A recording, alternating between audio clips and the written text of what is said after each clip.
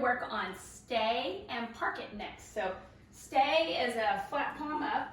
So this is our hand cue for stay. When we ask our dogs to stay, we also want to release her up from the stay. So you want to pat your leg and say, okay, to release her. She can do a sit stay, down stay. As we're working on stay, we'll add in distance, duration, distractions. Right now, she's, it's a work in progress. So as she gets better, you start going a little further. You start timing it and making sure she can hold it for a little bit longer. And you're going to build it up. So I'm going to give an example of that. So Lucy, come. Lucy, leave it. Lucy, come. Good girl. So Lucy, sit. Good girl. Down. Good. Watch me. Stay. So now she's in the stay. If she didn't keep her eyes on me for very long, I would ask for a watch me again. And I'm just moving around, so I'm being the distraction. I'm just walking around the room. To make this distraction harder, I could bounce a ball. Eventually I could put treats on the floor. So I'm gonna come back and reinforce her during the stay. Good girl, stay. Could do things like turn my back. I could put my arms up. Yes.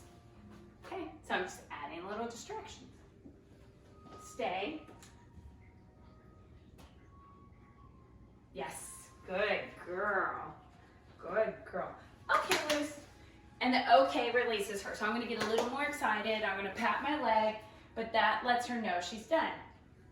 Okay, so our stays, we're gonna keep adding onto those. Now, another thing we can work on is park it. So park it, you wanna have a mat. You can have a big blanket that you throw down, but something that's just different from the floor and maybe a little different than her regular bed. So you could throw a blanket on her bed. When we're doing park it, we want to be able to move our park it mat around. You could potentially, take it to someone else's house. If you're going out on patios, you might bring her park it bed and put it underneath the table. So I'm going to throw it down here. Lucy, touch. Good girl. Good girl. Watch me. Good girl. Lucy, go park it. Yes.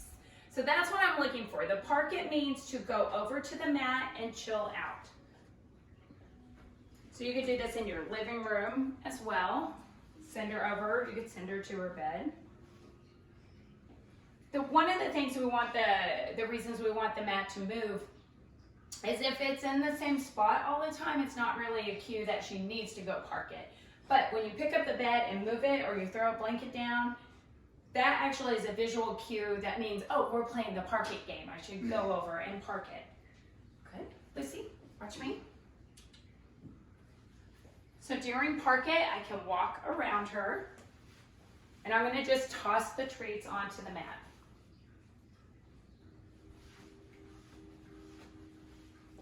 And as she gets better at this, you would build up the duration between tossing the treats to her, and we'd want to go for longer and longer amounts of time, just like on the stay.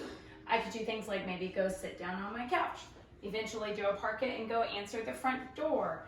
Maybe I put a park it in the kitchen and she's doing a park it while I'm cooking. Good girl. Good. The hand cue for park it is pointing and looking at her mat. Good girl. Okay, Liz.